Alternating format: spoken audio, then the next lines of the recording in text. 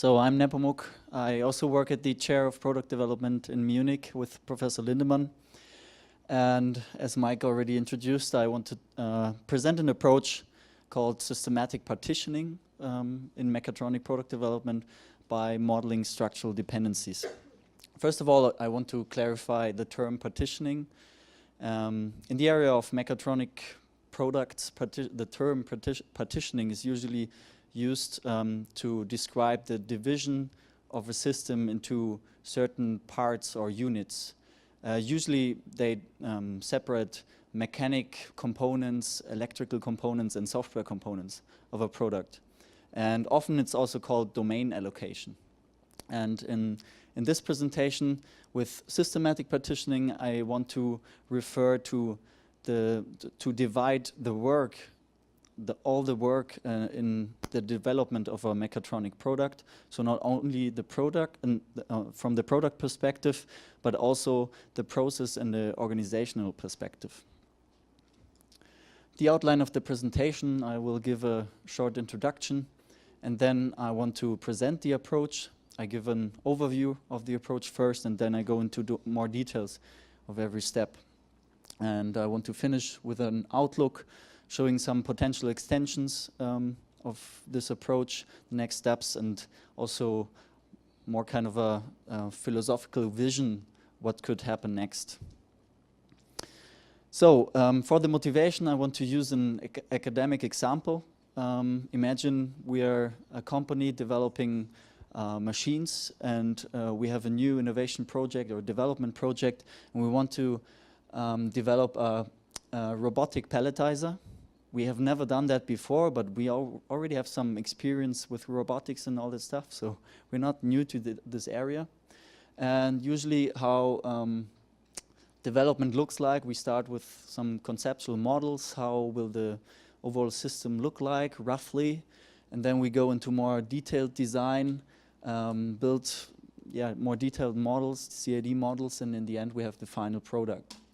And what we can see in literature, and also when we talk to our industry partners, that there is a big challenge inside here of the more detailed design phase, because there are different disciplines involved, and the coordination, the collaboration and communication between these disciplines, and not only CAD and CAE, but more referring to mechanics, electrics, software, is quite difficult. And why is that? What we can see also in literature and in industry practice, that there are discipline-specific processes in there, in the more detailed design phase. And they're often not synchronized, how they call it. The next thing is that there is, on an organizational level, there is an existing organizational structure, and it often is not aligned with the product structure that you are trying to develop in this case. This is because these structures are historically grown, and they are not perfectly fit to develop exactly this product, because the organizational structure has to fit to other products as well. So yeah, there is a challenge from that point of view, and we think that there may be a root cause for these two challenges, that is the implicit partitioning.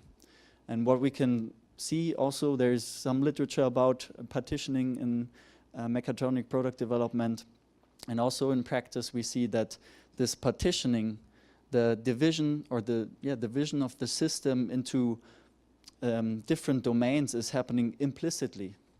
So this leads to a lack of understanding of all the interfaces of the product, and a lack of overview of the interfaces. So to put this motivation into a research need, I want to frame this as when we are at this point of time, we have a concept already, we have a rough overview of the system, and now we want to start more detailed development. We go into this discipline-specific design phase, but we have to ask ourselves who's doing what, and what are the implications for coordination between the groups, between organizational units, between the processes, what kind of information flow is needed. So how can these discipline-specific design activities and responsibilities be systematically allocated to the different departments, processes, and how can we derive resulting coordination needs from that? And as the title says, we did this by using or by modeling structural dependencies. So on the one hand, we look at the product system and do the so-called partitioning, domain allocation. We divide the product into different domains. And on the other hand, we also look at the processes and the organization and map them to different disciplines. And I use these different terms here, discipline and domain, on purpose, because usually they are used interchangeably. But as partitioning is also called domain allocation, and when we talk about processes and organizations, people often use disciplines. Just want to make the slight differentiation here, because it doesn't have to be necessarily the same domains or disciplines that are differentiated in the companies. I will show you that later. And if we are able to map the different or the domains that are differentiated and the disciplines that are differentiated, we can do the link between the product system and the process and organizational system. Just to give you some background, I just want to point out a few things. When we look at the product level, I already said they usually talk about mechanics, electrics, electronics, and information technology or software. The most common domains that can be differentiated here. And if you divide a system into several units, you have interfaces, and interfaces between components can be spatial, or it can be of signal, material, energy. And products, at the time of the concept decision, you have often you have functional models, maybe some rough, also geometrical models. Maybe you can use former product extents from other products. So you already know a little bit about the product structure. Then from the process point of view, in many companies you have generic processes defined, maybe even discipline-specific processes. And what we can also see is in literature and in practice that maybe these processes are also differentiated as mechanic processes, electrical, electronic process, and the software process. However, when you look at simultaneous engineering, concurrent engineering, you look in other disciplines as well. You don't only look at mechanics, electrics, and software. You also look at production, logistics, marketing. So these are also kind of disciplines. These are also different departments in the company. And these approaches aim to support the coordination between these kind of disciplines.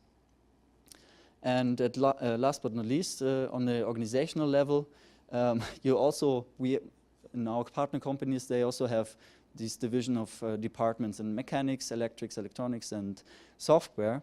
However, we saw also other kinds of separation. So you have on a company-wide functional level, you have these divisions in production, development, logistics, marketing, but you also have the project-specific functional level. If you look at a project or a development project, you have a team leader, project manager, I don't know, these roles, systems engineer. So these are also kind of different disciplines involved in the development project. And down here, the divisional disciplines, there could be, for example, an expert team about the motor, the engine, or the gearbox. So there are also kind of these groups, different disciplines from a divisional perspective. So what are these? Sorry, I think there is some kind of error in the visualization here. So how can we map these different kinds of disciplines with the different kinds of domains that we can differentiate? And this brings me to the overview of the approach. It consists of 5 parts. The first is preparation, to create the data, to make the links. The second is the discipline allocation, so I allocate the process steps and the organizational units to different disciplines that I want to differentiate. And the same thing from the product perspective, the domain allocation. And the fourth step, it's kind of the synthesis, the integration of the data, drawing some links, and then I'm able to do structural analysis to derive coordination needs and how can the people work together. Here, the example from the robotic palletizer. So this could be a model of the product system. I started here with a functional model and used this kind of meta model to model it from a structural perspective. And this is the resulting graph. Just to note, we already learned it yesterday, every graph can be represented as a adjacency matrix as well. So all things work with matrix representations the same way. The process perspective, just to comment on that, so here we came up with 3 different processes, discipline-specific processes, and even draw some links between these processes where we said, okay, just makes sense that in a mechanic process, they give information to the electronic process, or they exchange information. But this is from a generic point of view, just like it's modeled in many companies. And last but not least, the organizational level. So yeah, you often find this in PowerPoint charts or even in the ERP systems of a company, how people are related to different departments or grouped into different teams. And yeah, we use this kind of meta model here to model this imaginary organization. When you modeled the system, you can go to the next step and do the discipline allocation. And here's just an extract of the whole model where we differentiated electronics discipline and the mechanics discipline and mapped the different process groups or phases and the different teams that we could differentiate on an organizational level to these disciplines. And the domain allocation for ease of a presentation, we also differentiated here electronics domain and the mechanics domain. And there are different parts, there are different functions that can be allocated to the different domains. And what's happening next is the integration. And in this case, it's trivial, but it could be more interesting when you when you differentiate different disciplines that are not the same as the domains that you can differentiate. And if you did this mapping, you can already derive automatically the interfaces between how the processes interrelate with the product and how the organization interrelate with the process. So yeah, you just draw the links using matrix multiplication or graph transformation. There could be rules that just go this indirect path over discipline, domain, product, and draw the edge. What I didn't mention yet is that these generic processes still have to be instantiated for the project. So if I have a generic mechanical process and I have 2 different mechanic components here. So there may be these 2 mechanic processes that work separately on these components, maybe performed by different organizational units. In our case, the electromechanics team works on this process and working on the electric motor. The gearing and the kinematics teams, they were assigned to the mechanics discipline, and so these edges are drawn automatically. And what happens here is that there's a kind of it's not an information loss, but it's more kind of a corrupted information here, because I only can say afterwards, okay, the gearing team is not working on the robotic arm, but it's working on the gearbox. So I have to work on the links manually afterwards if there's some information loss here. Okay, and then when I have this model, the structural analysis is quite easy.